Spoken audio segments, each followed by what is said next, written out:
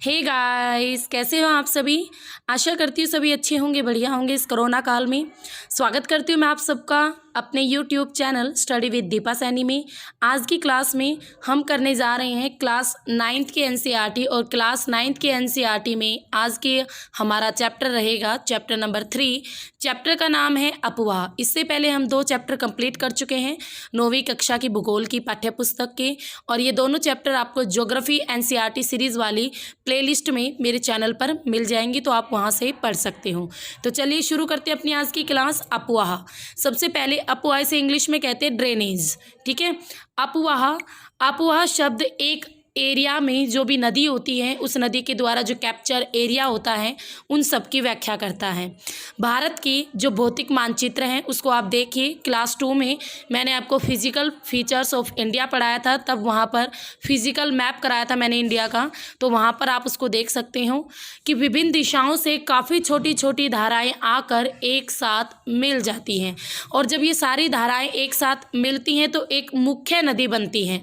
जैसे for example आप गंगा ले लो, और फिर गंगा की कितनी सारी सहायक नदियाँ जो गंगा में मिलती हैं, लास्ट में उनका नाम पड़ता है गंगा, ठीक है। सभी का जल आपस में मिलकर अंततः इनका निकास किसी बड़े जलाशय, और निकास मीन्स लास्ट में यह किसी झील में, किसी समुद्र में या किसी महासागर में मिल जाती है। एक नदी तंत्र द्वारा जिस क्षेत्र का जल प्रवाहित होता है उसे अपवाह द्रोणी कहते हैं। यानी आप यहाँ पे देख सकते हो, ये एक रिवर है, मेन रिवर, ठीक है, और ये इसकी सहायक नदियां हैं। तो ये एक नदी तंत्र द्वारा जिस एरिया का जल बह रहा है, प्रवाहित हो रहा है, उसे ही कहते हैं अपवाह द्रोणी। मानचित्र का अवलोकन करने पर यह पता चलता है कि कोई भी ऊंचा क्षेत्र, जैसे कोई पर्वत है, कोई उच्च भूमि है, 2 पड़ोसी अपवाह द्रोणियों को एक दूसरे से अलग करती हैं। और जैसे देखो, एक ये रिवर हो गई, एक ये रिवर हो गई, इन दोनों के बीच में जो ये ऊंचा भाग है इसे ही कहेंगे जल विभाजक, ठीक है। इन दोनों के बीच में ये वाला पार्ट है, इसे ही क्या कहेंगे, जल विभाजक। तो 2 पड़ोसी अपवाह द्रोणियों को, जो कोई पर्वत या कोई ऊंचा पठार है या कोई भी ऊंची भूमि है, जब एक दूसरे से अलग करती है तो उसे ही कहते हैं जल विभाजक। विश्व की सबसे बड़ी अपवाह द्रोणी है अमेजन नदी की। अमेजन नदी विश्व की सबसे बड़ी नदी है, लंबाई में नहीं चौड़ाई में, ठीक है। उसकी 100 से भी अधिक सहायक नदियां हैं अमेजन नदी की, जो कि दक्षिण अमेरिका महाद्वीप में है।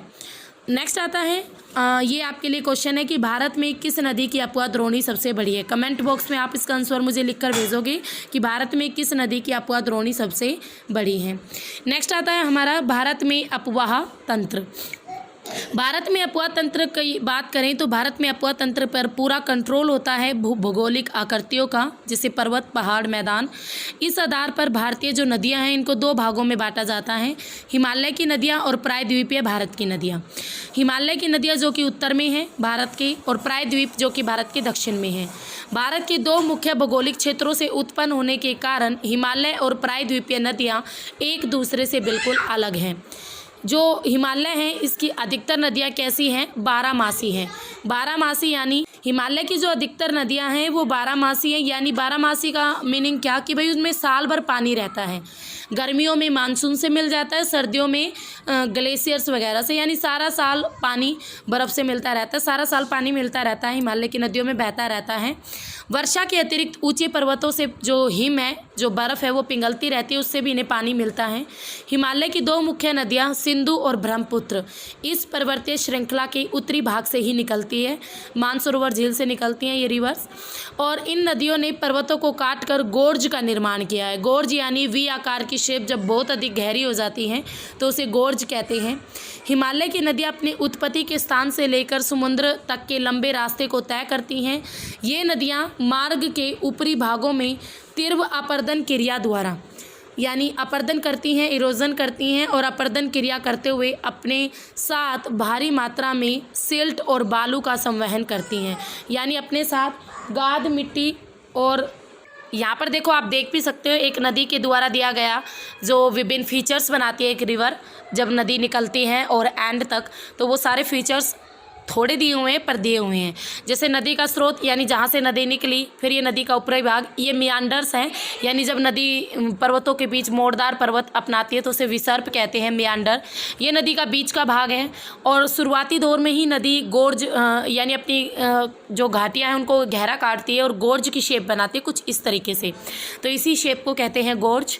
और नेक्स्ट आगे चलकर रिवर ऐसे ही चलती रहती है और वृद्धावस्था में आते आते देखो यहाँ विसर्प लिखा हुआ भी है, मियांडर्स इंग्लिश में कहते हैं, गोखुर झील बनाते हैं यानी ओक्सबो लेक बनाती हैं। ये ओक्सबो लेक है, गाय की खुर जैसी होने के कारण इसे गोखुर कहते हैं, ठीक है। और लास्ट में रिवर्स समुद्र में जब मिलती हैं तो एक डेल्टा जैसी शेप बनाती हैं जिसे डेल्टा कहते हैं।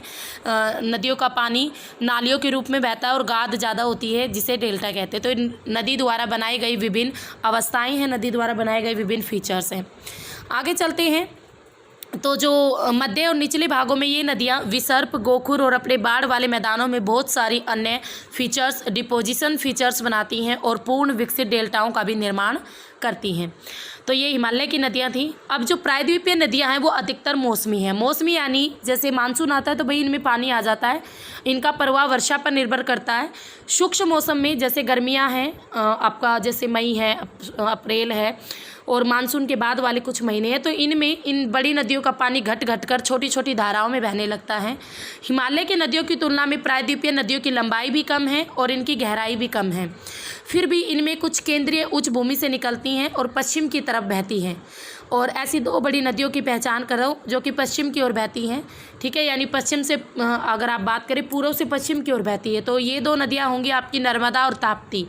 भारत की नर्मदा और ताप्ती प्रायद्वीपीय भारत की ऐसी नदियाँ हैं जो पश्चिम से पूर्व की ओर बहती है। बाकी सारी प्रायद्वीपीय भारत की नदियाँ पूर्व से पश्चिम की ओर बहती हैं, ठीक है।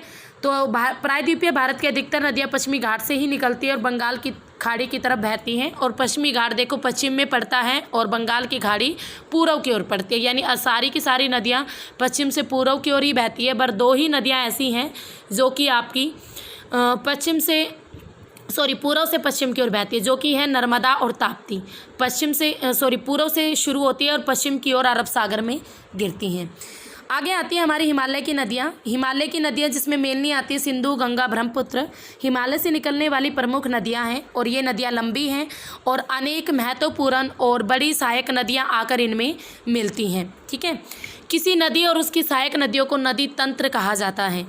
सबसे पहले आता है सिंधु नदी तंत्र। नदी तंत्र किसे कहते हैं? कोई एक मेन रिवर होगी और उसकी जितनी भी सहायक नदियाँ होगी आपस में सभी को मिलकर सिंधु नदी तंत्र के नाम से जाना जाता है। सबसे पहले आते हैं सिंधु नदी। सिंधु नदी का जो उद्गम होता है मानसरोवर झील के निकट, जो सिंधु नदी है, सिंधु नदी का उद्गम मानसरोवर झील के निकट तिब्बत में है। तिब्बत में मानसरोवर झील के निकट सिंधु नदी का उद्गम स्थल है। पश्चिम की ओर बहती हुई यह नदी भारत में जम्मू कश्मीर के लद्दाख जिले से प्रवेश करती है, यानी मानसरोवर झील से निकली, फिर भारत में जम्मू कश्मीर में एंट्री की और लद्दाख जिले से एंट्री करती हैं, जो कि लद्दाख अब आपका केंद्र शासित प्रदेश बन चुका है। इस भाग में यह एक बहुत ही सुंदर दर्शनीय यानी गोर्ज का निर्माण करती हैं और बहुत सी सहायक नदियाँ जैसे जास्कर, नबूरा, श्योक, हुंजा, ये सारी की सारी सिंधु की सहायक नदियाँ हैं। सिंधु नदी बलूचिस्तान और गिलगित से बहते हुए अटक में पर्वतीय क्षेत्र से बाहर निकलती हैं। सतलुज, व्यास, रावी, चेनाब और झेलम ये सारे आपस में मिलकर पाकिस्तान में मिठानकोट के पास सिंधु नदी में आकर मिल जाती हैं। इसके बाद यह नदी दक्षिण की ओर बहती हैं और अंत में कराची से पूर्व की ओर अरब सागर में मिल जाती हैं। सिंधु नदी के मैदान का जो ढाल है वो बहुत ही धीमा है। सिंधु द्रोणी का 1/3 से कुछ अधिक भाग भारत के जम्मू कश्मीर, हिमाचल, पंजाब और शेष भाग पाकिस्तान में स्थित है। 2900 किलोमीटर की लंबाई है सिंधु नदी की और विश्व की लंबी नदियों में से एक मानी जाती है सिंधु नदी। जो सिंधु नदी समझौता है ये भी आपको पता होना चाहिए। इसके कुछ संधि है, इसके अनुच्छेदों के अनुसार यानी 1960 में ये समझौता हुआ था। भारत जो सिंधु नदी प्रक्रम के संपूर्ण जल का केवल 20% जल यूज कर सकता है। एक्चुअली ये समझौता भारत और पाकिस्तान के बीच में है और भारत ले तो ये कुछ ऐसी रिवर्स होती हैं जो अलग अलग हिस्से में अलग अलग बाढ़ लाती हैं। फॉर एग्जांपल आप देख सकते हो जैसे कोसी कह सकते हैं हम, बिहार का शोक कहलाती है कोसी, काफ़ी नुकसान होता है कोसी से। प्रायद्वीपीय भारत की ओर से भी कुछ नदियाँ आती हैं जो गंगा में मिल जाती हैं। चंबल, बेतवा, सोन उनमें से ही हैं। लंबाई कम होती है, पानी कम होता है, फिर आगे चलकर ये गंगा में मिल जाती हैं। गंगा के बाएं तट की और दाहिने तट की दोनों रिवर्स मिलकर गंगा में पानी की मात्रा को पूरा कर देती हैं और गंगा आगे चलकर पूर्व की ओर पश्चिम बंगाल के फरक्का तक बहती है और यही गंगा के डेल्टा का सबसे उत्तरी बिंदु है। उसके बाद गंगा के डेल्टा के मैदान से होती हुई बंगाल की खाड़ी में गंगा नदी मिल जाती हैं और इसकी मुख्य धारा दक्षिण की ओर बहते हुए बांग्लादेश में भी एंट्री करती है। ब्रह्मपुत्र नदी इससे आकर मिलती हैं और लास्ट स्टेज में गंगा और ब्रह्मपुत्र दोनों ही रिवर्स मेघना के नाम से जानी जाती हैं और गंगा और ब्रह्मपुत्र के जल वाली यह बड़ी नदी बंगाल की खाड़ी में मिल जाती है और वहाँ पर एक सुंदरवन डेल्टा के नाम से डेल्टा भी बनाती हैं। सुंदरवन डेल्टा का नाम वहाँ पर पाए जाने वाले सुंदरी पौधे से है। वहाँ पर सुंदरी नामक वृक्ष अधिक मात्रा में देखने को मिलते हैं और ये सुंदरवन डेल्टा विश्व का सबसे बड़ा डेल्टा है और तेज़ी से वृद्धि करने वाला डेल्टा है। यहाँ रॉयल बंगाल टाइगर भी पाए जाते हैं। तो आपको ये सारी चीज़ें याद रखनी है, गंगा और ब्रह्मपुत्र के डेल्टा का नाम और क्यों कहा जाता है, तीसरा रॉयल बंगाल टाइगर कहाँ पाए जाते हैं, किस डेल्टा में, तो ये सारी चीज़ें आपको याद रखनी है। गंगा की लंबाई 2500 किलोमीटर से अधिक है। एग्जैक्ट की बात करें तो 2525 किलोमीटर की लंबाई है गंगा की, जो गंगा के अपवाह तंत्र को आप पहचान सकते हो। अंबाला नगर सिंधु गंगा नदी तंत्रों के बीच भी जल विभाजक पर स्थित है। अंबाला से सुंदरवन तक गंगा के मैदान की जो लंबाई है वो 1800 किलोमीटर है, परंतु इसके ढाल में गिरावट मुश्किल से 300 मीटर है। दूसरे शब्द में प्रति 6 किलोमीटर की दूरी पर ढाल में गिरावट केवल 1 मीटर है, इसलिए इन नदियों में अनेक बड़े बड़े विसर्प भी बन जाते हैं। उसके अलावा गंगा में काफ़ी प्रदूषित हो गई थी। गंगा विश्व की 5वें नंबर पर आ गई थी प्रदूषण के मामले में, इसीलिए नमामि गंगे परियोजना नामक से एक मिशन भी चालू किया गया। तो आपको नमामि गंगे परियोजना याद रखनी है, प्रदूषण के प्रभाव को कम करने के लिए और गंगा के पानी के संरक्षण के लिए और कायाकल्प को पूरा किया जा सके, इसके लिए नमामि गंगे परियोजना नामक एक कार्यक्रम, एक योजना भी चलाई गई गवर्नमेंट के द्वारा। ये आपको ये जो दृश्य देख रहे हो ये है आपका देव प्रयाग में, जहाँ पर भागीरथी और अलकनंदा दोनों रिवर्स मिल रही है। तो ये देव प्रयाग का सुंदर दृश्य है, आप इसको देख सकते हो। ठीक है, तो ये थी हमारी गंगा नदी। इसके बाद नेक्स्ट आती है ब्रह्मपुत्र नदी। ब्रह्मपुत्र नदी जो कि तिब्बत की मानसरोवर झील के पूर्व में सिंधु और सतलुज के स्रोतों के काफ़ी नज़दीक से ही निकलती हैं। देखो, सिंधु, सतलुज और ब्रह्मपुत्र ये तीनों ही मानसरोवर झील के निकट से ही निकलती हैं। इनकी लंबाई सिंधु से भी कुछ अधिक है, परंतु इसका जो अधिकतर मार्ग है भारत से बाहर स्थित है। ब्रह्मपुत्र नदी का पहले तिब्बत में, फिर चाइना में और फिर पूर्व की ओर बहती है ये हिमालय के साथ साथ और नामचा बारवा शिखर के पास पहुंचकर अंग्रेजी के यू अक्षर जैसा मोड़ लेकर भारत में अरुणाचल प्रदेश से, यानी भारत में किस राज्य से एंट्री करती हैं, अरुणाचल प्रदेश से एक गोर्ज के माध्यम से भारत में एंट्री करती हैं और वहाँ पर अरुणाचल प्रदेश में ब्रह्मपुत्र नदी को दिहांग के नाम से जाना जाता है। एक क्वेश्चन और आता है, तिब्बत में इस नदी को सांगपो के नाम से जानते हैं। ये एग्जाम में बहुत पूछा जाता है, किस नदी को तिब्बत में सांगपो के नाम से जाना जाता है, ब्रह्मपुत्र। सांगपो का एक्चुअली मीनिंग होता है पवित्र, पवित्र नदी। ठीक है, तो तिब्बत में जैसे हम गंगा को पूजते हैं तो तिब्बत में ऐसे ही ब्रह्मपुत्र को पूजा जाता है। दिबांग, लोहित, केनुला और दूसरी सहायक नदियां मिलकर असम में इसका नाम ब्रह्मपुत्र पड़ता है फिर। ठीक है, तो असम राज्य से ब्रह्मपुत्र नदी का नाम ब्रह्मपुत्र पड़ता है। अरुणाचल प्रदेश में इसे दिहांग कहते हैं, तिब्बत में इसे सांगपो कहते हैं और असम से इसका नाम ब्रह्मपुत्र पड़ता है। तो यहाँ पर देखो, ये दिखा हुआ भी है, डाला हुआ भी है इन्होंने। ब्रह्मपुत्र को तिब्बत में सांगपो और बांग्लादेश में जमुना कहते हैं और जब ये गंगा से मिल जाती है तब इसे मेघना कहते हैं। तो ये सारे नाम आपको याद रखने हैं, ये सारे ब्रह्मपुत्र के ही नाम हैं। नेक्स्ट आता है इसी में ही ब्रह्मपुत्र के बारे में और कुछ इन्फॉर्मेशंस भी रहती हैं। तिब्बत एक शीत और शुष्क एरिया है और यहाँ इस नदी में जल और सिल्ट की मात्रा बहुत कम होती है। भारत में यह उच्च वर्षा वाले क्षेत्रों से होकर गुजरती है। यहाँ नदी में जल और सिल्ट की मात्रा भी बढ़ जाती है। असम में ब्रह्मपुत्र अनेक धाराओं में बहकर एक गुम्फित नदी के रूप में भी बहती है और बहुत से नदियाँ द्वीपों का भी निर्माण करती है। ठीक है, तो क्या आपको ब्रह्मपुत्र नदी के द्वारा बनाए गए विश्व के सबसे बड़े नदिया द्वीप का नाम याद है? मुझे तो याद है, क्या आपको याद है स्टूडेंट? हाँ जी, क्या नाम रहेगा? मांजुली। विश्व का सबसे बड़ा नदी द्वीप, यानी किसी नदी पर बनाया हुआ द्वीप, उसका क्या नाम है? माजुली। और ये माजुली द्वीप असम राज्य में है, ब्रह्मपुत्र नदी के ऊपर। नेक्स्ट आता है, प्रत्येक वर्ष वर्षा ऋतु में यह नदी अपने किनारों से ऊपर बहने लगती हैं और बाढ़ के द्वारा असम और बांग्लादेश में बहुत अधिक हानि भी पहुंचाती हैं।